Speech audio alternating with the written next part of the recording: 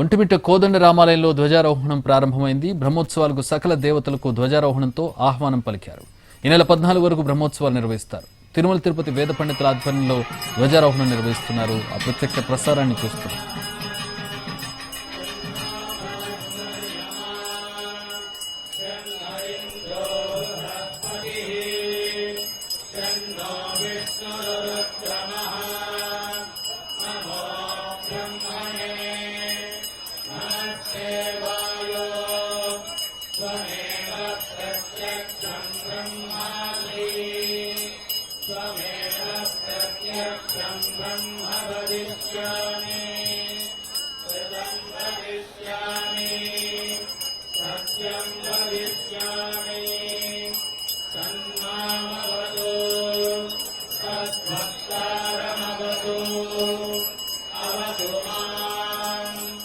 అవతు వక్త